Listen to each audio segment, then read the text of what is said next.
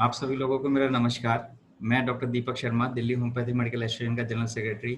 आप सभी लोगों का स्वागत करता हूं दिल्ली होम्योपैथिक मेडिकल एसोसिएशन की इस वेबिनार सीरीज में।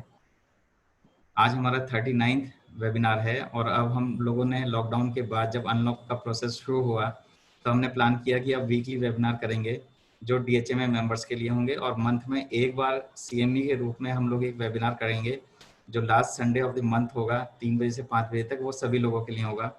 तो आज आए हुए सभी मेंबर्स का स्वागत है। दिल्ली होम्योपैथिक मेडिकल एसोसिएशन 1932 से ये होम्योपैथी के लिए बहुत सारे काम करती आई है। डॉक्टर युद्धवीर सिंह सर द्वारा बनाई गई ये एसोसिएशन आज भी वैसी की वैसी चल रही है जैसे पहले चलती थी। हालांकि अब वेबिनार का रूप आ गया है तो हम लोग और ज़्यादा कनेक्टेड हो गए हैं। बहुत सारे लोगों का ये भी सवाल है कि दिल्ली होम्योपैथिक मेडिकल एसोसिएशन सिर्फ दिल्ली होम्योपैथ के लिए है, तो ऐसा नहीं है। दिल्ली होम्योपैथिक मेडिकल एसोसिएशन के मैक्सिमम मेंबर्स जो पहले भी थे वो दिल्ली से बाहर के थे। इवन इंटरनेशनल मेंबर्स भी हैं, आज भी इंटरनेशनल मेंबर्स हैं हमारे दिल्ली होम्योपैथिक मेडिकल एसोसिएशन में। मेरा बहुत सौभाग्य है कि मुझे इसको आगे बढ़ाने का काम मिला हुआ है। प्रोग्राम शुरू करने से पहले आप सब लोगों को हमारे देश के 74वें स्वतंत्रता दिवस की आप सब लोगों को बहुत बहुत बधाइयाँ, बहुत बहुत शुभकामनाएं। और मैं चाहता हूं कि आज की जो हमारी मीटिंग है, हमारे सहयोगी डॉक्टर श्वेता सिंह, हमारे दूसरी सहयोगी डॉक्टर नुपुर, डॉक्टर गरिमा जिंदल, हमारे patron sir doctor VP Singh, हमारे president sir doctor Y Singh sir हमारे साथ में है। तो बिना इजाज़त, बड़ों की इजाज़त के बिना तो हम लोग आगे नहीं बढ़ते हैं। तो मैं चाहूँगा कि डॉक्टर वाई सिंह सर जो हमारे प्रेसिडेंट हैं वो हमें इजाज़त दें ताकि हम लोग आगे की कार्रवाई शुरू करें। Doctor Y Singh sir.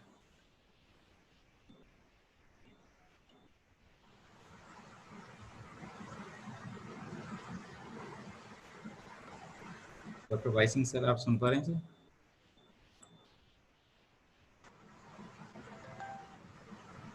आवाज आ रही है?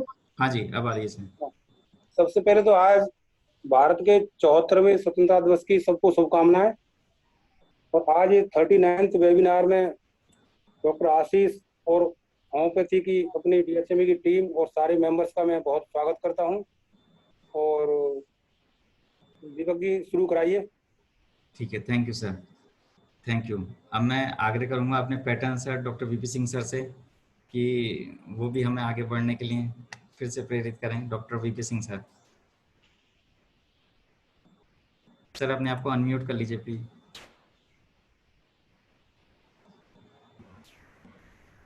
सबसे पहले मैं डॉक्टर आशीष का स्वागत करता हूं डीएचएमए में और बहुत बहुत शुभकामनाएं देता हूं हमारे general secretary doctor Deepak Sharma और vice president doctor Shweta Singh को, जो कि मैं देख रहा हूं कि बहुत हमारे मेंबर्स आउट ऑफ दिल्ली के बहुत इन्होंने बनाए, बहुत मेहनत करके बहुत दूर तक इन्होंने डीएचएमए को पहुंचा दिया है। और आज जो हमारे जो स्पीकर हैं बहुत सबके चहेते डॉक्टर आशीष का मैं स्वागत करता हूं और ये मैं विनती करता हूं कि आज की मीटिंग को शुरू किया जाए। धन्यवाद।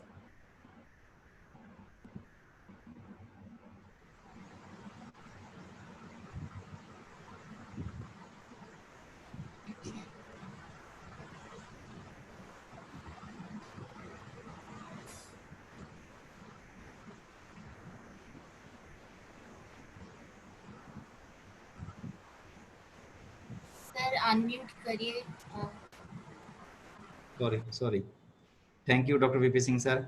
मेरा आप सब लोगों से आग्रह है कि जितने भी मेंबर्स हैं वो अपनी दिल्ली होम्योपैथिक मेडिकल एसोसिएशन की वेबसाइट पर जाकर अपनी आईडी जरूर क्रिएट कर लीजिए। हमारी वेबसाइट है www.dhma.in। इस पे जाकर के एक बहुत छोटा सा प्रोसेस है। आपसे 2 डॉक्यूमेंट मांगे जाएंगे। नंबर 1 तो आपका जो भी रजिस्ट्रेशन कार्ड है, चाहे वो स्टेट गवर्नमेंट का है चाहे आपके सेंट्रल काउंसिल का है, आप वो अपलोड करिए। या जिस भी आप कंट्री में रहते हैं वहाँ पे जो भी आपको अथॉरिटी मिली हुई है प्रैक्टिस के लिए, आप उसका भी जो कार्ड है वो सबमिट कर सकते हैं। स्टूडेंट्स हैं वो अपने कॉलेज का आईडी कार्ड सबमिट कर सकते हैं। दूसरी आपकी एक कोई पर्सनल आईडी। ये दो डॉक्यूमेंट बहुत ज़रूरी हैं। आप इस चीज़ को प्रोसेस को पूरा कर लीजिए। उस पर आप अपने आर्टिकल्स, अपने ब्लॉग्स, अपने केसेस सभी कुछ डिस्कस कर सकते हैं। और ये एक इंटरनेशनल प्लेटफॉर्म है जहाँ पे आप दूसरे होम पेज के साथ भी कनेक्टेड होंगे। और अभी भी बहुत सारे लोग हमारे साथ जुड़ गए हैं। लगभग 80 से ज़्यादा मेंबर्स हमारे साथ अभी भी हैं। और ऐसे लोग भी आते जा रहे हैं जो स्क्रीनिंग करते हैं और जो प्रोफेसर रैंक के हैं, जो हमारे आर्टिकल, जो आपके आर्टिकल्स को भी रिव्यू कर सकते हैं। तो आप प्लीज़, आप लोगों से रिक्वेस्ट है कि जिन लोगों ने आईडी नहीं बनाई है वो अपनी आईडी जरूर क्रिएट कर लें, क्योंकि मैं देख रहा हूँ कि बहुत सारे मेंबर ने अपनी मेंबरशिप तो पे कर दी है, लेकिन उसके बावजूद भी अब जो आईडी है वो अभी तक नहीं क्रिएट कर पा रहे। अगर कोई भी दिक्कत आ रही है तो मुझे व्हाट्सअप पे बताइए 9711153617 पर। मैं जो भी कोशिश होगी मैं ज़रूर करूँगा और सारी सहायता की जाएगी आपकी। आप बस प्रोसेस को शुरू करिए। तो मैं बहुत बहुत स्वागत करता हूँ दिल्ली होम्योपैथिक मेडिकल एसोसिएशन की तरफ से डॉक्टर आशीष का एक बार फिर से। पूरे लॉकडाउन में हमें 2 बार ऑलरेडी हम लोग डॉक्टर आशीष को सुन चुके हैं और शायद सबसे डिमांडिंग लेक्चर रहे हैं। आज भी बहुत सारे लोग ऐसे हैं जो पेड करके डॉक्टर आशीष आपको सुनने आए हैं। आपका जो आज का टॉपिक है, मैंने आपसे जो रिक्वेस्ट किया आपने उसी पे रखा है, और क्योंकि हमने ये सीखा था आपसे कि हमें कैसे कैसे मेडिसिन कंपैरिजन करनी है कफ की, या कितनी मेडिसिन हो सकती है, हमें कैसे अप्रोच करनी है। आज हम आपसे केसेस के बारे में सुनना चाहेंगे कि केस कैसे लेते हैं, और दूसरी बात ये कि आपने जो केसेस लिए उनमें आपने कैसे अप्रोच करी। आपका आज का टॉपिक भी यही है, case analysis with comparative study of medicine. Doctor Ashish graduate हैं लखनऊ से और इन्होंने पोस्ट ग्रेजुएशन की है ऑर्गन ऑफ मेडिसिन में। ये अभी अभी मेडिकल ऑफिसर अपॉइंट हुए हैं यूपी गवर्नमेंट में। बहुत ही अच्छे प्रैक्टिशनर हैं, मैं भी इनसे सीखता रहता हूँ। आज इनकी तरफ से हमारे साथ एक स्पेशल गेस्ट भी हैं, डॉक्टर आशीष, फिर मैं उनका नाम शायद प्रोनाउंस नहीं कर पा रहा। मुझे लगता है कि आपको ही उनका स्वागत करना चाहिए। डॉक्टर साहब सिंगापुर से हैं और उन्होंने स्पेशल रिक्वेस्ट पे आज डॉक्टर आशीष का लेक्चर अटेंड करने के लिए हमसे गुजारिश की थी, और वो आज हमारे साथ भी हैं। तो डॉक्टर आशीष, आप ही, आपकी तरफ मतलब हमारी तरफ से आप वेलकम कर दीजिए दिल्ली होम्योपैथी में, क्योंकि आप भी doctor Mujde Muhajir from Singapore. Okay, thank you ma'am, thank you so much कि आज आपने ज्वाइन किया। आप दिल्ली होम्योपैथिक मेडिकल एसोसिएशन को अगर लाइक करते हैं तो आप भी प्लीज़ मेंबरशिप लीजिएगा, ताकि हम लोग दिल्ली होम्योपैथिक मेडिकल एसोसिएशन को और भी आगे ले जा पाएँ। तो आप सब लोगों को बहुत बहुत स्वागत है, और टाइम वेस्ट ना करके मैं चाहता हूं कि डॉक्टर आशीष आप प्लीज अपना लेक्चर आज का शुरू करिए। Thank you boss.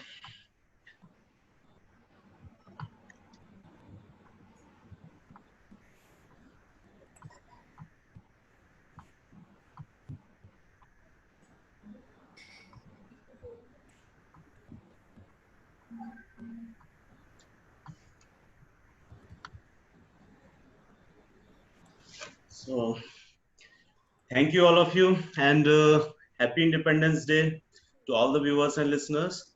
And I would like to thanks Dr. VP Singh and Dr. Vai Singh sir, and especially Dr. Deepak sir and Dr. Shweta for inviting me again in this special day, special 15th August Independence Day. So today I will share actually my topic is case analysis with comparative study of medicine.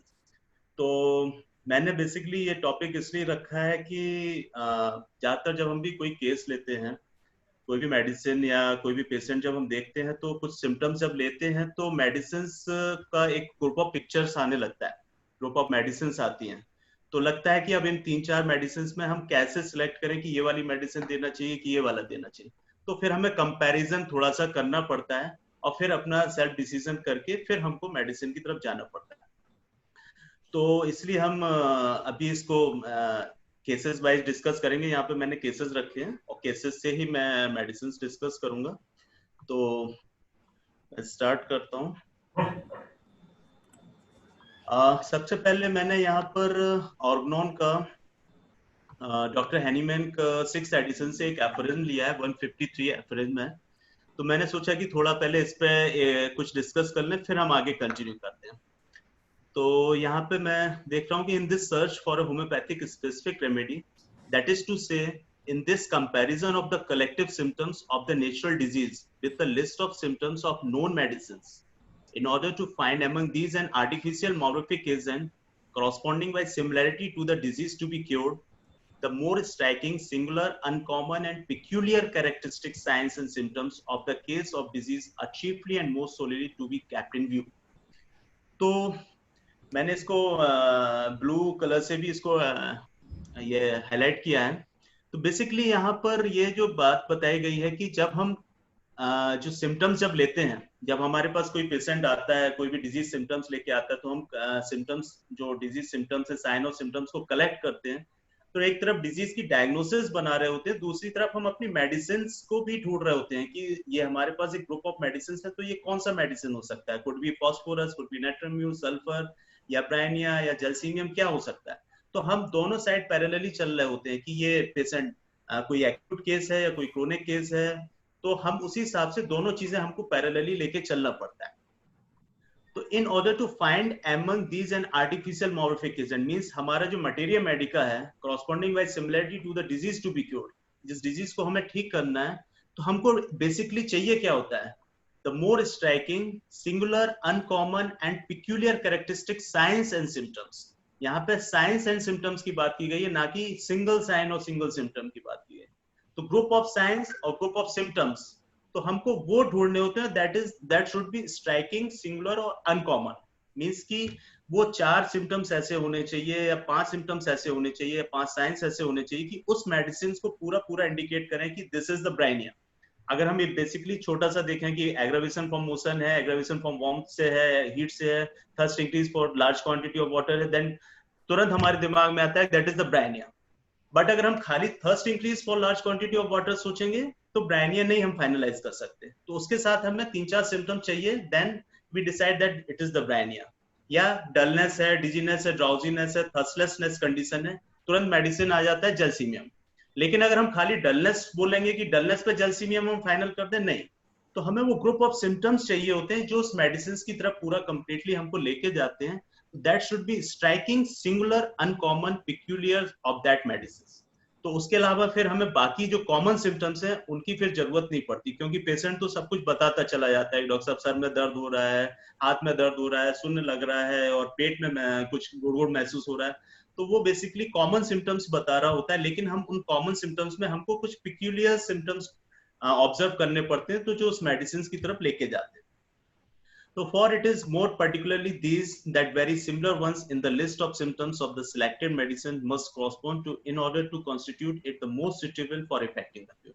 तो basically हमारा काम यही होता है कि हमें वो group of symptoms चाहिए जिससे कि हमें उस मेडिसिन की पिक्चर बन जाए और फिर हम पूरा उस मेडिसिन की तरफ जाके फिर हम उस सिमिलम मेडिसिन को उसको देके फिर हम आगे की तरफ इसको लेके जाते हैं।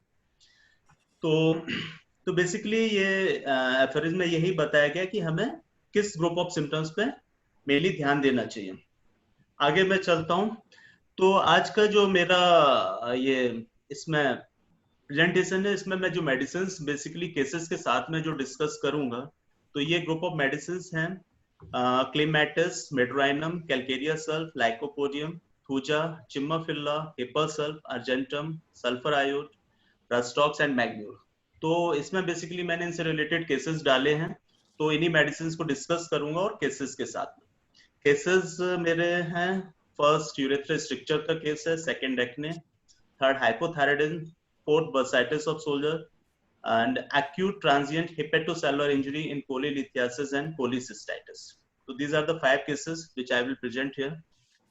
तो first of all I will discuss case 1 of the urethra stricture. तो एक्चुअली ये केस एक यूरेथ्रल स्ट्रक्चर का है। ये लॉकडाउन से पहले मेरे पास आया था। इसका एज 32 ईयर्स और एक शॉपकीपर है। तो बेसिकली जब ये मेरे पास आया तो बहुत ही एंग्जियस और वरीड फेज में था और बहुत डरा हुआ था कि, और वो जब मेरे पास आया था तो किसी से रेफर होके, मैं एक्चुअली किसी ने सजेस्ट किया था, तो वो मेरे पास आया और पूछता है कि डॉक्टर साहब जो है ये स्ट्रक्चर है मुझको, क्या आप ठीक कर पाएंगे, ठीक हो जाएगा, क्योंकि मैं ऑलरेडी अंग्रेजी दवा भी ले चुका हूँ, होम्योपैथी दवा भी ले चुका हूँ। तो मैं हॉस्पिटल में मैं एडमिट भी हो गया था, लेकिन मैं जाना नहीं चाहता हूँ। तो मैंने बोला कि ठीक है, लेट्स स्टार्ट। मैं स्टार्ट करता हूँ, फिर देखते हैं हम उसी हिसाब से हम आगे चलेंगे। तो इसमें इस केस में जो मैंने मेडिसिन जो यूज हुई हैं इस पूरे केस में अभी तक, clematis, medorrhinum, thuja, chimaphila, hepar sulph, cantharis and argentum nitricum. तो अब इस केस को हम देखते हैं। तो बेसिकली ये केस जो आया था, ये आया था मेरे पास 15 जुलाई 2019 में। कंप्लेन इसकी यही थी कि डॉक्टर साहब मैं अभी हॉस्पिटल में एडमिट हुआ और मेरा यूरिन बिल्कुल नहीं पास हो रहा था, तो मुझको हॉस्पिटल में एडमिट होना पड़ा था। फिर उन्होंने कैथेटर लगा के फिर यूरिन पास किया, और मेरे को ये प्रॉब्लम 5 महीने से लगभग हो रही है। अंग्रेजी दवा भी ले चुका हूँ, होम्योपैथी भी खा चुका हूँ। एक्चुअली वो दोनों मेडिसिन ले चुका था, but he was not feeling much comfort. तो फिर जब आया तो उसने बोला कि मैं अभी यूरिमैक्स यूज कर रहा हूँ, अगर यूरिमैक्स नहीं लेता हूँ तो यूरिन मेरा रुक जाता है। मुझको उसने टेस्ट रिपोर्ट्स दिखाए, तो इसमें टेस्ट रिपोर्ट्स में एक अल्ट्रासाउंड था इसका, केयूवी का। तो there was a bilateral minimally prominent pelvicalyceal system with minimally prominent upper ureter advise urine. फिर उन्होंने ये एडवाइस दिया thick and irregular urinary bladder wall, cystitis diagnose किया यहाँ पे। दूसरा फिर रेट्रोग्रेड यूरेथ्रोग्राम कराया, एक्सरे कराया, तो उसमें stricture in bulbar urethra with mild intravasation and extravasation noted as described. Finally, और जब पेशेंट आया तो उसने सिर्फ मुझसे ये बोला कि मुझे किसी तरीके से आप दवा से ठीक कर दीजिए, मैं हॉस्पिटल नहीं जाना चाहता। ये लॉकडाउन के पहले की बात है, उस समय कुछ ऐसा माहौल भी नहीं था, बट वो इतना डरा हुआ था कि वो एक्सरे करने से ही इतना डर गया था कि उसमें वो पूरा इतना दवा डालते हैं, तो मैं नहीं चाहता हूँ, आप दवा से किसी तरीके से ठीक कर दीजिए। मैंने कहा ठीक है, स्टार्ट करते हैं। तो बेसिकली उसके उस समय पे जो सिम्टम्स थे, उसने जो सिम्टम बताया कि एक तो एक यूरिन करते समय बर्निंग पेन होता है, जलन बहुत होती है, यूरिन पूरा नहीं होता है, यूरिन बूंद बूंद करके होता है। Then I took this rubric, bladder pain, urination during bladder, retention of urine, urination dribbling. यो यूरिन की जो धार है, पेशाब की धार है, वो बोलता है कि पतली धार होती है, पूरी अच्छी धार नहीं होती है। Feeble stream, urination interrupted and urination thin stream, पतली धार, और यूरिथ्रा स्ट्रिक्चर। तो उस समय पे एक पेशेंट बहुत ही हरीड बरीड वाले फेज में था, तो मैं चाहता था कि अभी इसको पहले कुछ ऐसा एक्यूट रेमेडी दूं या कुछ शॉर्ट एक्टिंग रेमेडी दूं कि एटलीस्ट उसका यूरिन पास हो, फिर हम आगे की तरफ जाएंगे।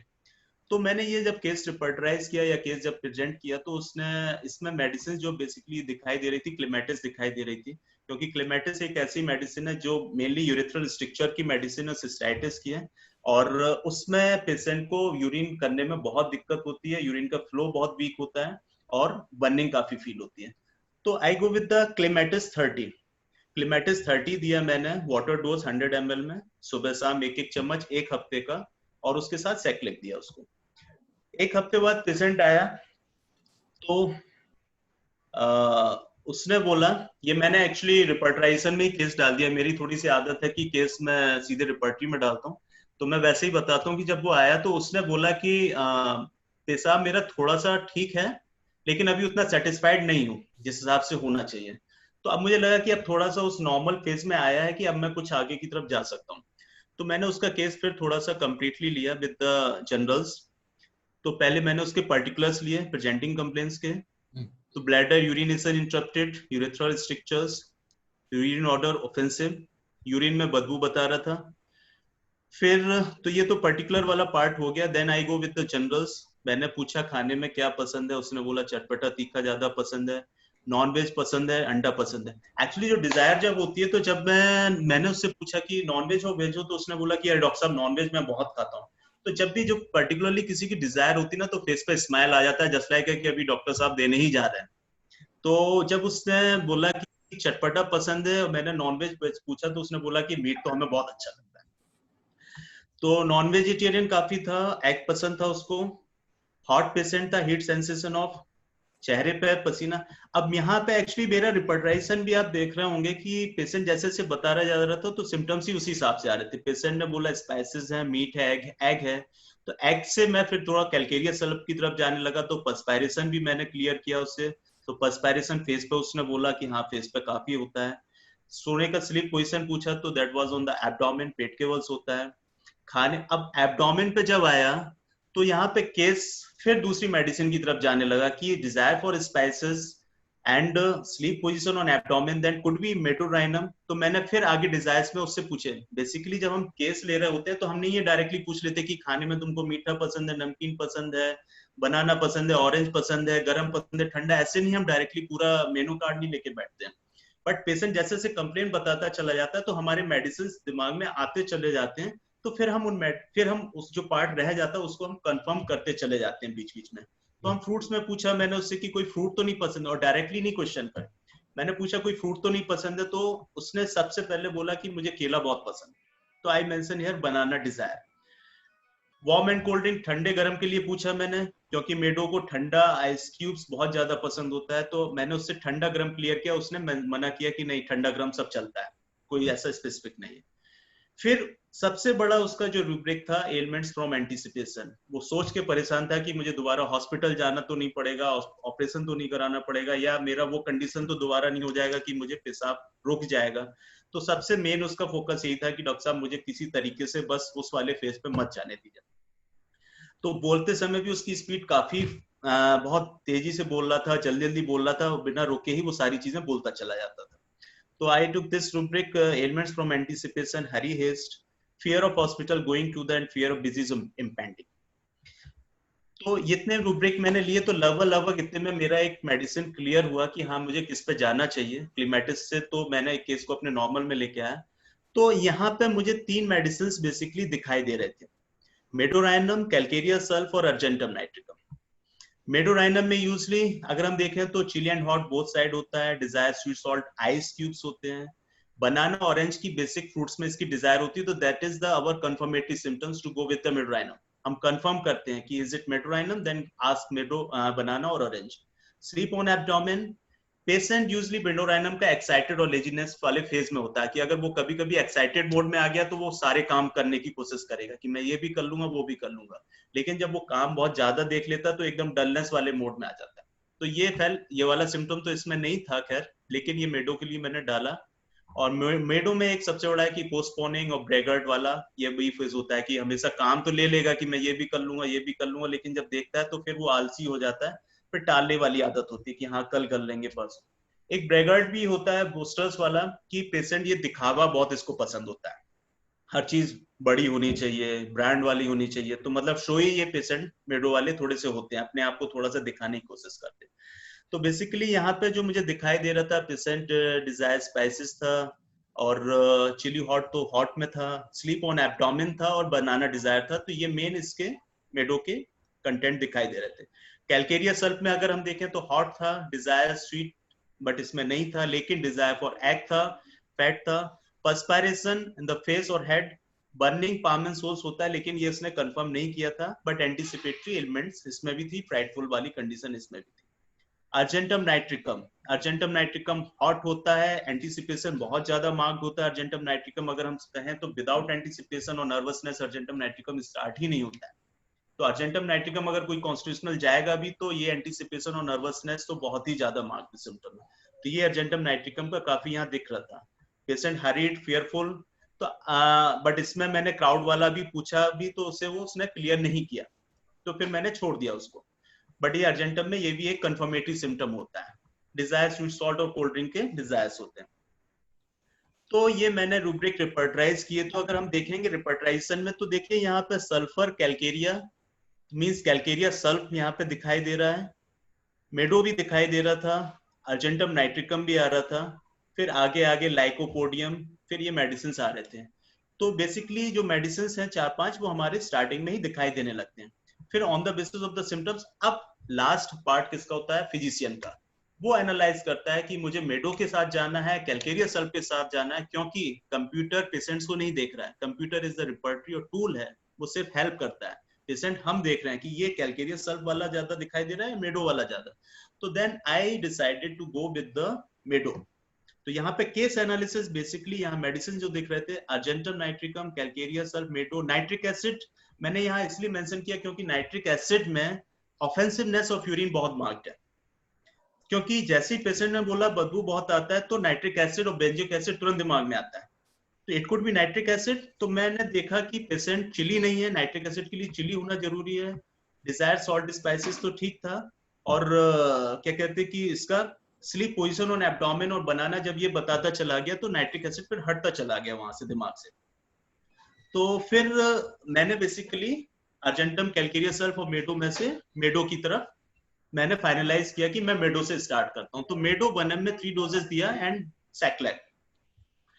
तो पेशेंट ये आया था मेरे पास 23 जुलाई को, इसको मेडिसिन दिया, पेशेंट आया बोला कि थोड़ा सा आराम है, पहले से ठीक है, यूरिन ठीक है, लेकिन अभी भी थोड़ा बहुत, और मैंने उसको यूरिमैक्स जो बोला था कि उसको यूरिमैक्स को ऑल्टरनेट डेज कर देना, तुरंत बंद मत करना, शायद हो सकता है कि वो रुक जाए फिर से तो दिक्कत आए। तो मैंने बोला ऑल्टरनेट डेज करके करना, फिर हम बाद में नेक्स्ट वीक में डिसाइड करेंगे। तो पेशेंट ने बोला कि थोड़ा थोड़ा भी महसूस होता है कि अगर हम यूरिमैक्स नहीं लेते हैं, कोई और नए सिम्टम्स नहीं बताए, तो पेशेंट को मैंने फाइनली बोल दिया कि अब यूरिमैक्स को रोक देना, और मैंने प्लेसिबो दिया उसको। फिर लगभग 21/10/2019 तक पेशेंट सेक्लेक पर ही रहा, लगभग 3 महीने हो गए। पेशेंट बताता रहा कि हाँ डॉक्टर साहब ठीक है, इसी दवा को, और हमेशा जब भी मेडिसिन में उसको ठीक आराम मिलता था तो उसका हमेशा एक पहला लाइन होता था, इसी दवा को दीजिएगा, इसी से मुझे काफी आराम है। So I give sac lac for next week, फिर ऐसे चलता रहा। लेकिन 21 तक, लगभग 3 महीने तक वो सेक्लेक पे रहा, लेकिन 22 को वो आया। मैंने 21 को दवा लेके गया वो, बट नेक्स्ट डे ही केम, दूसरे दिन ही आ गया with the stop sensation from last day. उसको लगा कि पेशाब रुक रहा है, पेशाब रुक रहा है, तो वो आ गया कि डॉक्टर साहब मुझे लग रहा है कि दिक्कत मेरी फिर से नहीं स्टार्ट हो जाए। तो मैंने क्या किया, उसे प्लेसिबो के ही 3 डोज दे दिए। मैंने सोचा कि अभी देखते हैं शायद वो अपने आप ही ठीक हो जाए, तो मैंने प्लेसिबो के 3 डोज दे दिए और बोला कि मुझे बताना अगर कोई दिक्कत लगती है तो। पेशेंट 29 तारीख को आया, बोला कि डॉक्टर साहब मुझे लग रहा है कि अभी फिर से प्रॉब्लम मेरी हो रही। तो 3 महीने बाद उसको फिर से हल्की हल्की प्रॉब्लम महसूस होने लगी। Not feeling better, heaviness and pressure in the lower abdomen with constipation and urine in. अब इसने यहाँ पे बताया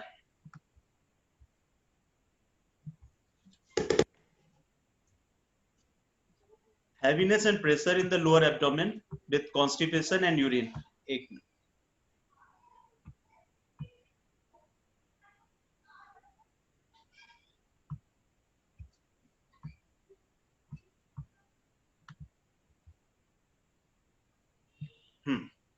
तो अब ये पेशेंट बोल रहा था कि मुझे लोअर एब्डोमेन भारीपन लग रहा है with constipation and the urine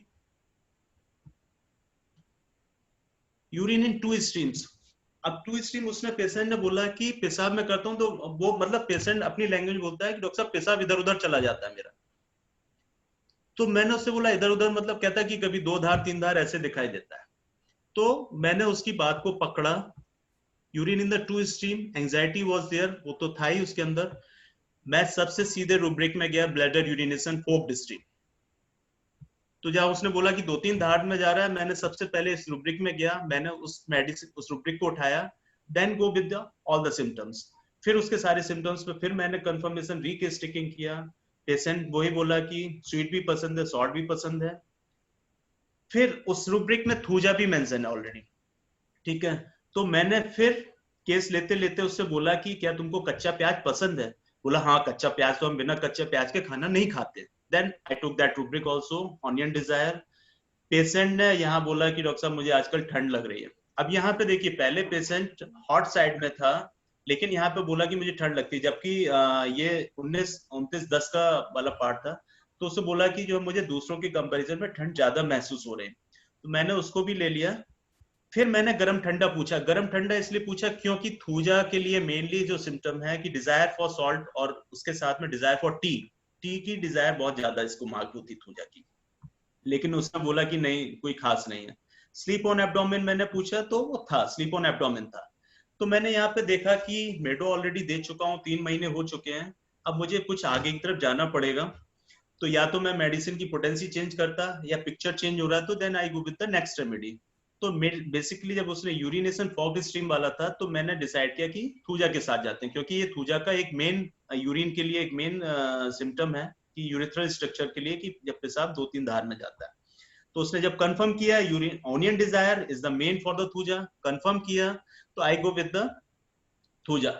अब देखिए यहाँ पे मैंने सिम्टम्स डाले थे, bladder urination fog stream, rectum constipation, constipation का भी उसको बहुत प्रॉब्लम रहता था, salt desire, lack of vital heat, onion desire, anxiety about his own health, fear of disease of impending urethral structure. फिर डाला, देखिए अर्जेंटम नाइट्रिकम आ रहा था हमारा, थूजा आ रहा है, मर्क आ रहा है, कैलकेरिया भी आ रहा है, नाइट्रम नाइट्रिक एसिड, ये सब सॉरी मेडिसिन आ रहा है। तो केस एनालिसिस में देखा अर्जेंटम नाइट्रिक हमारा पहले भी था, मर्क्सॉल यहाँ दिखाई दे रहा है। मर्क्सॉल के लिए अगर हम कंफर्म भी करेंगे तो मर्क्सॉल में सलाइवेशन है, पेशेंट को सोते समय सलाइवा बहुत आता है, पेशाब में बदबू बहुत ज्यादा होता है, और उसको गर्मी सर्दी सब बराबर ही होता है। तो बेसिकली मैं थूजा यहाँ पे और कैलकेरिया भी दिख रहा था।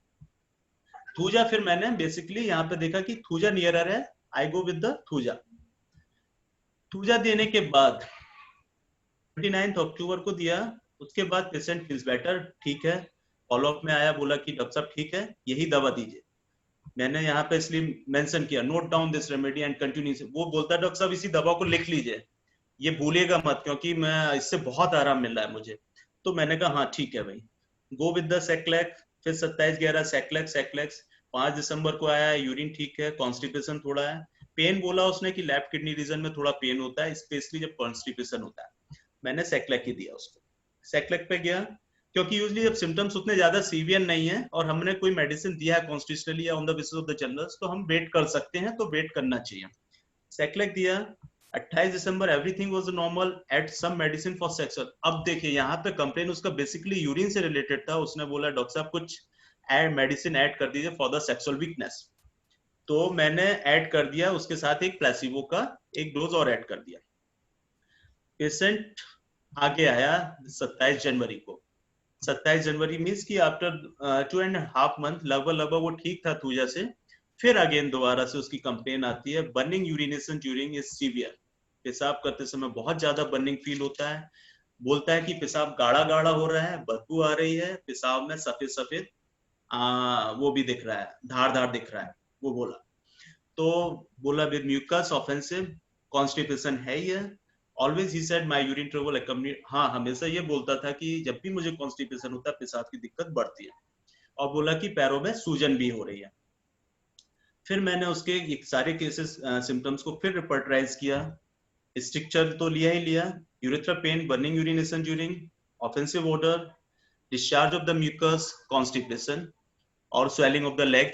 तो देखा मैंने, तो इसमें अब अगर हम बर्निंग पे ही खाली जाते हैं तो सबसे पहले हमें कैंथेरिस दिमाग में आती है कि सिस्टाइटिस में बहुत ज्यादा बर्निंग है during urination, before, during, after, तो कैंथेरिस फर्स्ट रेमेडी।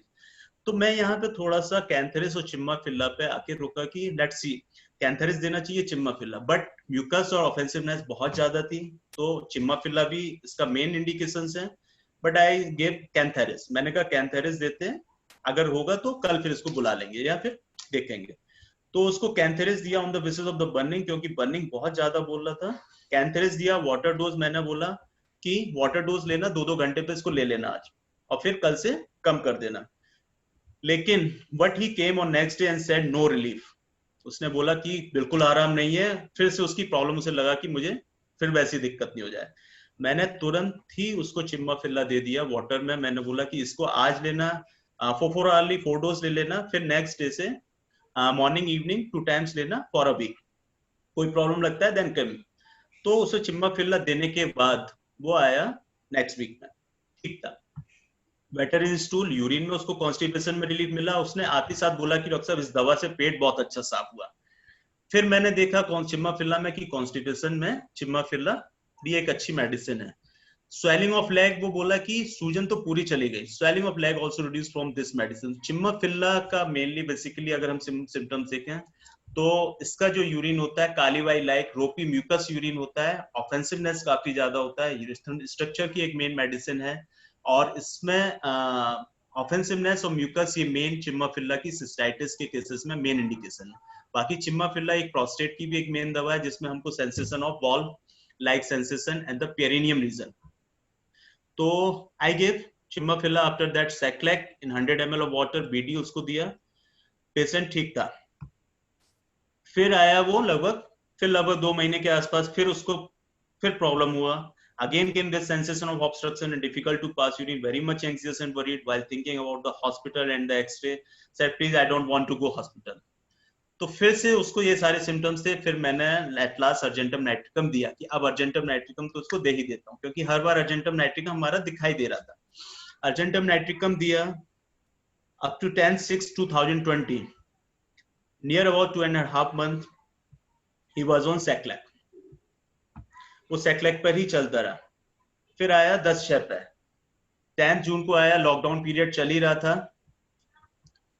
अब देखिए यहाँ पे आता है फिर से, पेशेंट ठीक ठाक था, सब कुछ था, हैवीनेस नहीं है, पेन नहीं है, digestion is good, but patient आते ही साथ बोलता है कि डॉक्टर साहब पेशाब करते हैं, वो आगे जाते ही नहीं है, वहीं की वहीं गिर जाता है, यूरिन ड्रॉप्स देयर, वहीं की वहीं गिर जाता है, वहीं की वहीं गिर जाता है मींस की drops vertically downward perpendicular, urine with slight burning drop down immediately, it's flow is not good.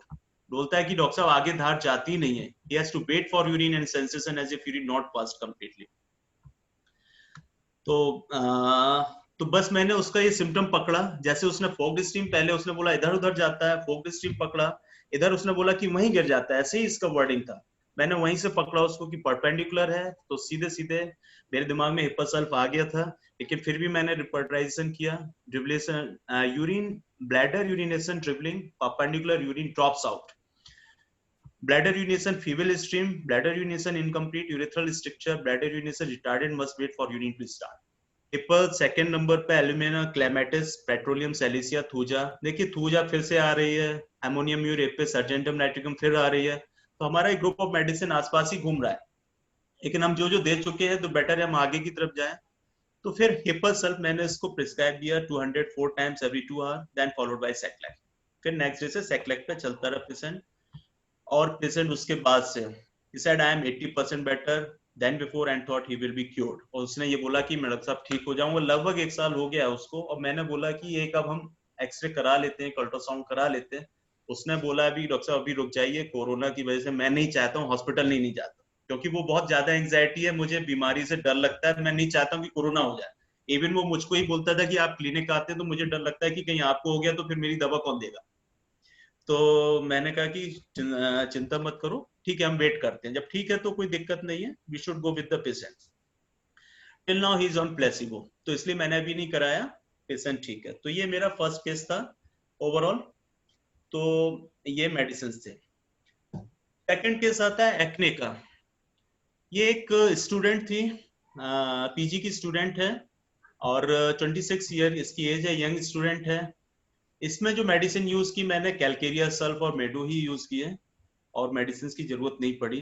जब ये आई थी तो इसको एक्ने लेफ्ट और राइट चीक में इस तरीके का था। फिर मैंने केस लिया। यूजली एक्ने के केसेस में पेशेंट और कोई सिम्टम तो थे नहीं उसके पास, क्योंकि कंप्लेन और कोई कंप्लेन थी नहीं। तो यूजली एक्ने के केसेस में क्या होता है, या तो हमारी कुछ मेडिसिन है जैसे लाइक बर्बरेस है, या फिर ये कालीब्रोम है, कुछ इस तरीके की शॉर्ट एक्टिंग रेमेडीज हैं। बट यूजली अगर एक्ने के केसेस होते हैं तो हमें कॉन्स्टिट्यूशनल मेडिसिन पे ही जाना चाहिए विद द फिजिकल और मेंटल जनरल्स, जो भी हमारा मेडिसिन दिखाई देता है, तो वो ज्यादा अच्छा एक्ट करता है। क्योंकि अगर हम फेस इरप्शंस में एक्ने में जाएंगे तो there are lot of the medicine, तो अगर उसमें से हमें ढूंढना है तो फिर हमें वही देखना होगा SSCP वाला single striking uncommon peculiar symptom, कि सल्फर है, मेडो है, या फास्फोरस है, या थूजा है।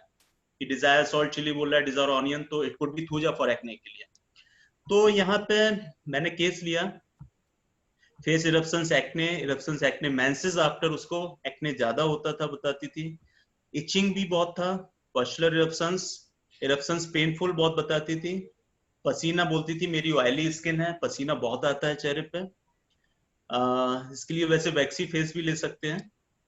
General cold and heat and cold, hot chilly दोनों उसका क्लियर नहीं था, उसने बोला कि दोनों ही मेरे को गर्म ठंडा दोनों लगता है। फिर मैंने यहाँ पे फिर आगे उससे पूछा कि खाने में क्या पसंद है, उसने बोला मीठा पसंद है, खाने में आइसक्रीम पसंद है। मैंने मीठे के बाद पूछा उससे गरम ठंडा, कि गरम ठंडा पसंद है, उसने बोला कि मुझे ठंडा आइसक्रीम बहुत पसंद है। तो आइसक्रीम पसंद है तो फिर बनाना डिजायर, मैंने पूछा, तुरंत पूछना ही पूछना है, क्योंकि भाई आइसक्रीम और स्वीट तो बनाना, यूजुअली आइसक्रीम डिजायर में मेडो, नेट्रम सल्फ, बेरेट्रम एल्बम, ये इलैप्स, ये कुछ मेडिसिन हैं आइसक्रीम डिजायर्स की, बहुत मेन फर्स्ट रेमेडीज में आती हैं। तो सबसे पहले हम इनको रूल आउट करते हैं।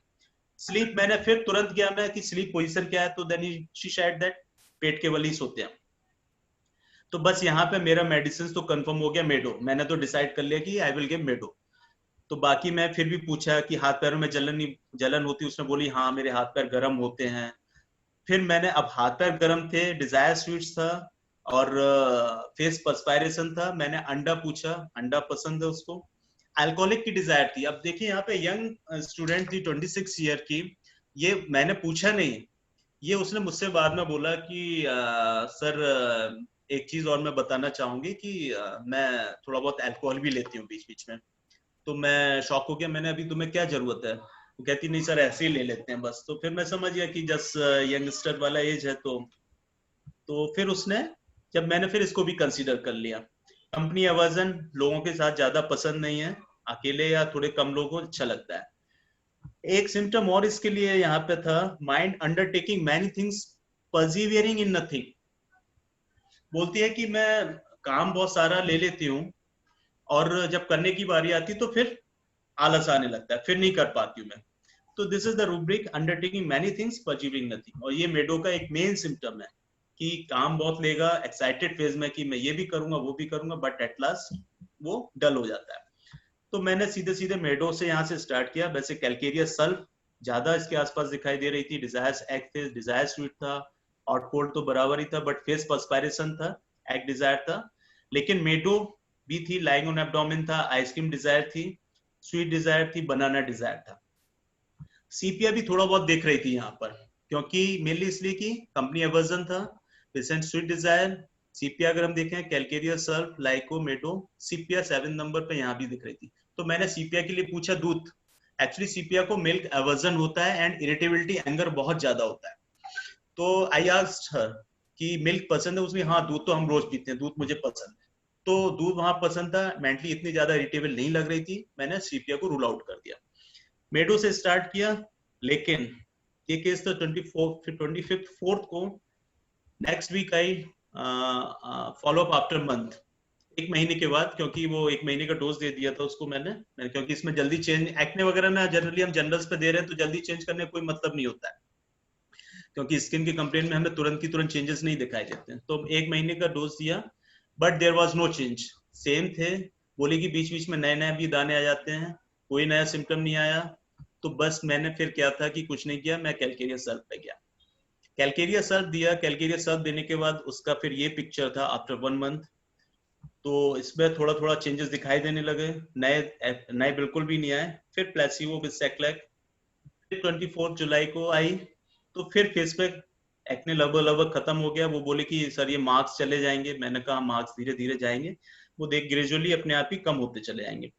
तो यूजली जब पेशेंट में चेंजेस दिखाई दे रहे हैं, then no need to change और repeat the medicine until and unless new symptoms appear और no improvement.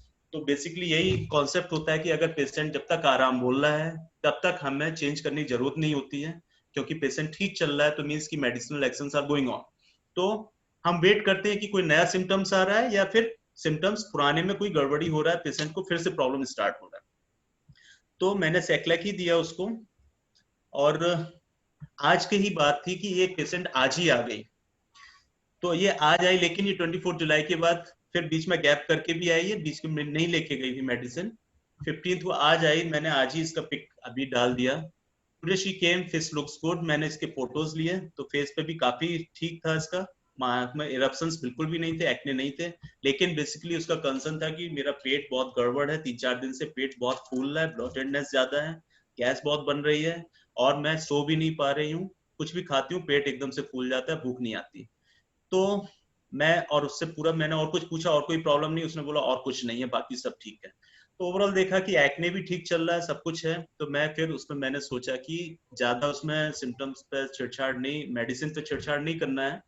I go with the boerhavia diffusa Q, क्योंकि यहाँ पर बोरेविया एक ऐसा मेडिसिन है कि जिसके लाइको जैसे सिम्टम्स होते हैं, distended abdomen after eating, bloatedness ज्यादा होती है, कॉन्स्टिपेशन होता है, liver remedy specifically, but lyco type symptoms होते हैं। But in lyco there is the desire for the warm drinks और warm food, but in boerhavia there is the desire for cold.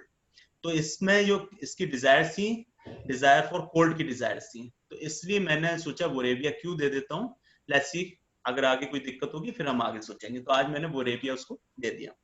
तो ये केस था फिलहाल acne का, जो अभी ठीक है। नेक्स्ट केस ऑफ हाइपोथायराइडिज्म, एक फीमेल है 40 इयर्स की, हाउसवाइफ थी। ये लॉकडाउन पीरियड में आई थी मेरे पास, और इसका ये था कि ये आई कि बोले कि मेरा डॉक्टर साहब थायराइड बढ़ा हुआ है, TSH वगैरह ये बढ़े हुए हैं और मुझको दिक्कतें कुछ महसूस होती है। कंप्लेंट्स उसने ये बताई थी कि मुझको गैस की प्रॉब्लम है, पेट साफ नहीं होना, लेथार्जीनेस, डलनेस बहुत ज्यादा फील होती है, काम नहीं कर पाती हूँ, घर के काम नहीं करने में मन करता है, पेट साफ नहीं होता है, पैरों में सुन्न बहुत महसूस होता है, हाथ में स्पेशली टिंगलिंग सेंसेशन, मतलब है कि कुछ सुन्न सा महसूस होता है उसको, स्वेलिंग ऑफ द पूरा बॉडी, उसको लगता है कि स्वेल अप हो रहा है। तो और उसकी हिस्ट्री में क्या था, कोलिलिथियासिस रिमूव कर दिया गया था 15 इयर्स बैक, यूट्रस भी रिमूव कर दिया गया था 2 साल पहले due to the history of uterine tumour. तो इसमें बेसिकली ये थायराइड के लिए आई थी कि इसका TSH लेवल 14 था। 3 जून को आई थी ये मेरे पास रिपोर्ट लेके, 3 जून की रिपोर्ट लेके आई कि TSH 14 था। तो मैंने इसके सिम्टम्स, अब देखिए यहाँ पे symptoms, indigestion, letharginess, constipation, numbness, these are all the common symptoms. ये कॉमन सिम्टम्स, अगर हम इस पे जाएंगे तो बहुत सारी मेडिसिन दिखाई थी, but we have to find out the uncommon, striking and peculiar symptoms for that medicine, for group of the symptom. मैंने केस नोट डाउन किया, मैं उसके जनरल्स पूछता चला गया। तो जनरल जब पूछ रहा था तो ये तो पर्टिकुलर्स हैं, mind company, desire for extremities, tingling. Generals में आया, patient was the hot, heat sensation, burning palm and soles, हाथ पैर में जलन महसूस होती थी, पसीना बहुत आता था पूरे बॉडी पे, भूख बहुत ज्यादा लगती थी उसको, भूख बहुत ज्यादा लगती थी कि खाते फिर भी लगता है कि अभी कुछ खाया नहीं है, फिर से खाना है। डिजायर में मीठा उसको पसंद था, चिकना भी पसंद था। आई डिसाइडेड, यहाँ पे केस हम लेते जा रहे हैं, nitric acid, nux, phosphorus, sulphur. अगर हम देखें तो desire for sweet, desire for fat, hot patient, burning palm and soles, main remedy is the sulphur और पर्सपायरेशन प्रोफ्यूज। तो सल्फर तो आ ही गया दिमाग में।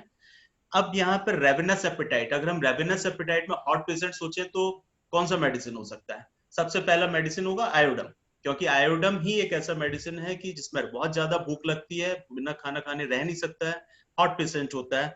और फिर इसके बाद मैंने आगे का पिक भी डाला इसका, इसलिए कि जब रिपर्टराइजेशन करते समय फिर मैं लार्ज रेमेडीज और मीडियम स्मॉल रेमेडीज में गया, तो यहाँ पर बाकी फॉस्फोरस नहीं देख रहा था। एक्चुअली फॉस्फोरस चिली होता है, डिजायर फॉर सॉल्ट स्पाइसी होता है, नाइट्रिक एसिड भी नहीं लग रहा था, आर्सेनिक भी नहीं, लाइको भी नहीं। तो यहाँ पे देखा सल्फर आयोड, मीडियम रेमेडीज में सल्फर आयोड। तो सल्फर आयोड में यूजली क्या होता है, इसके मैंने फिर सिम्टम्स भी डाले कि सल्फर आयोड क्या सिम्टम कवर कर रहा था, बट अकॉर्डिंग टू रिपोर्टरी वो सिर्फ ये पर्टिकुलर सिम्टम्स कवर कर रहा था। Rectum constipation, extremities numbness leg, vertigo rising seat from your own, general heat sensation, hot वाला कवर कर रहा है, स्टमक एपेटाइट, रेवेनस। तो hot and ravenous appetite sulphur iod cover कर रहा था, बट डिजायर स्वीट और desire burning palm and soles यहाँ पे नहीं कवर कर रहा। लेकिन अगर हम देखें कि सल्फर के बेसिकली मेन सिम्टम्स क्या होते हैं, hot, desire sweet fat, burning palm and soles, perspiration profuse, जो इस पेशेंट में थे। आयोडम में hot, ravenous appetite, glandular affection, ये भी था पेशेंट में। तो I go with the sulphur iod which have the combination of the sulphur and iodum. Patient sulphur भी दिख रहा है, आयोडम भी दिख रहा है, then I go with the sulphur iod. Sulphur iod 200 की 3 डोज दी और मैंने उससे बोला कि 15 दिन बाद टेस्ट करा के आना। और उसने पहले भी कोई थायरोनॉम स्टार्ट नहीं किया था, थायराइड का कोई दवा स्टार्ट नहीं किया था, क्योंकि ये तुरंत आ गई थी, किसी ने मेरे पास भेजा था उसको। तो ये जैसे ही आई, आफ्टर 15 डेज रिपोर्ट करा के, इसका टेस्ट रिपोर्ट था TSH was 8.29। उसकी कंप्लेन में मैंने बोला कि, उसने बोला कि हाँ मुझे पहले से आराम है, काम करने में भी ठीक लगता है, पेट भी साफ है। तो overall TSH was reduced to 8.29 20th June after 15 days. तो ये सल्फर आयोड तो मेनली क्या था कि आयोडम का यूजली ग्लैंडुलर ऑर्गन पे काफी अच्छा एक्शन होता है, और जब हमारे पास कॉम्बिनेशन दिखाई दे रहा है सल्फर का कि desire sweet, desire fat, burning palm and soles, hot patient, iodum का रेवेनस एपेटाइट है, हॉट पेशेंट है, तो then go with the sulphur iod. Mentally complete desires था, गुस्सा वगैरह उसको उतना ज्यादा नहीं था, तो सल्फर आयोड चलेगा। Next case, this is the case of bursitis off shoulder. ये एक रिटायर्ड ऑफिसर थे 63 एज के। वो बोले कि डॉक्टर साहब मैं बहुत परेशान हुई अपने राइट शोल्डर से और इतना ज्यादा पेन होता है, मैं बहुत दवाइयां करा चुका हूँ। ये इसकी टेस्ट रिपोर्ट थी। इसमें टेस्ट रिपोर्ट में इन्होंने बताया there was a mild to moderate amount of fluid is seen within the synovial fluid sheath along the length of biceps tendon and within the bicipital groove. Multiple tiny brightly echogenic foci showing of crystals are seen within calcific tendinitis. Subdeltoid subacromial bursa shows minimal fluid bursitis in high resolution USG. So this was the high resolution USG report और patient का ये report था। Patient complain क्या थी? Patient की complain ये थी कि डॉक्टर साहब ये मेरा शोल्डर है, ये बहुत पेन करता है, मैं इसको ऊपर नहीं उठा पाता हूँ और मैं बहुत दवाई कर चुका हूँ, मुझे बिल्कुल नहीं आराम मिल रहा है, तो कुछ इसके लिए आप मुझे दे दीजिए। तो मैंने फिर उसका ये तो रिपोर्ट देख लिया, केस लिया। अब केस में यहाँ पे पहले पर्टिकुलर्स लिए उसके, तो पेशेंट के पर्टिकुलर्स से right shoulder, pain in right shoulder, pain in shoulder raising the arm aggravation, pen shoulder cold becoming on, ठंडा हवा लगती थी तो उसका पेन बढ़ जाता था, पेन हैंड राइटिंग वाइल लिखते समय पेन होता था, inflammation of bursa, extremities pain shoulder lying back ambulation, लेट जाता था सीधे तो उसे थोड़ा आराम मिलता था, पेट साफ नहीं होता है। मैंने फिर जनरल्स पे जाने लगा, जनरल्स क्योंकि यूजली पेशेंट क्रोनिक है तो मैं जनरल्स पूछने लगा, जनरल्स पूछते पूछते बस उसने बोला कि पेट साफ नहीं होता है, डकारें आती, गैस नहीं बनता है, और जनरल्स में कुछ नहीं बताया उसने। डॉक्टर साहब सब ठीक है, गर्मी सर्दी कोई खास नहीं है, सब ठीक है, खाने में सब पसंद है। तो अब यहाँ पे क्या होता है कि जरूरी नहीं कि सारे केसेस हमको जनरल्स भी बताएंगे, मेंटल भी बताएंगे, फिजिकल्स भी बताएंगे, पर्टिकुलर्स भी बताएंगे, that is not the main part, क्योंकि पेशेंट किस मोड में आ रहा है, किस तरीके का आ रहा है, ये हमको नहीं पता होता है। तो पेशेंट जो बता रहा है वो हमको देखना है। तो यहाँ पेशेंट पर्टिकुलर्स पे ही सिर्फ बता रहा था, जनरल सब नॉर्मल बता रहा था, सब खा लेते हैं, जो मिलता है सब खा लेते हैं, गर्मी सर्दी सब ठीक है, नींद भी ठीक आती है, सपने भी कुछ नहीं है, सबके साथ अच्छा लगता है, तो overall there was no any generals. While taking case, not necessary that always we get physical, mental, so we should start with the group of combination of symptoms which cover similarly. तो बस यहाँ पे क्या था, particulars किस medicine के cover कर रहे हैं, मैंने किस रिपर्टराइज किया, ferrum, hepar, rhus tox, silicea, thuja, calcarea, ये सब मेडिसिन आ रहे थे। केस एनालिसिस में हम गए सैंगुनेरिया, स्टिक्टा, फेरम ग्रुप, जो मेरे दिमाग में भी आती जा रही थी कि सैंगुनेरिया राइट साइडेड है, स्टिक्टा भी राइट साइडेड है, एक फेरम ग्रुप है वो भी राइट साइडेड है। तो मैंने कहा कि ठीक है, इसको हम आगे देखेंगे। बट अभी मोस्टली जो नियर मेडिसिन आ रही थी वो थी रस्टॉक्स। तो रस्टॉक्स में मैंने सोचा कि यहाँ पे थोड़ा बहुत क्या कि पैथोलॉजिकल चेंजेस दिखाई दे रहे हैं, तो मैंने बेटर पोटेंसी इसकी डिसाइड की कि I should go with the LM potency 0/3 से मैंने इसको स्टार्ट किया। 0/3 दिया मैंने वाटर डोज, हफ्ते में सुबह शाम एक दिन खाना है, after 1 week go with the sac lac. तो सेक्लैक पे चला पेशेंट। यहाँ रस्टॉक्स का मैंने यहाँ पे पिक्चर डाला है कि रस्टॉक्स का यूजली जो सीट ऑफ एक्शन होता है, it affects the fibrous tissues, markedly joints, tendon, sheath and aponeurosis. ये इसके रस्टॉक्स के मेन सीट ऑफ एक्शंस होते हैं जहां पे ये एक्ट करता है। और इसका मेन मॉडलिटी है, सॉरी यहाँ पे टाइपिंग मिस्टेक हुआ, एम्बुलेशन इसको मोशन से और कोल्ड से एग्रावेशन होता है। स्किन के इसके मेनली वेसिकुलर इरप्शंस के, स्किन का भी एक मेन रेमेडी है जिसमें वेसिकुलर इरप्शंस होते हैं तो स्किन कंप्लेंट्स में आता है, बट यहाँ पे मेन हमारा जॉइंट से रिलेटेड था। पेशेंट आया आफ्टर गिविंग रस्टॉक्स। ये बहुत इंटरेस्टिंग केस है क्योंकि मुझे इतना भरोसा नहीं था कि इतना ज्यादा इसमें आराम मिलेगा, बट मैं आगे गया तो देखा, उसने बोला कि पेशेंट पहले से बोला कि हाँ काफी आराम है मुझे, मतलब ठीक है। कॉन्स्टिपेशन सेम है, मैंने सेक्लैक फिर कंटिन्यू किया, फिर बोला पेशेंट हाँ कम हो रहा है, ठीक है आप यही कंटिन्यू कर दीजिए, सेक्लैक।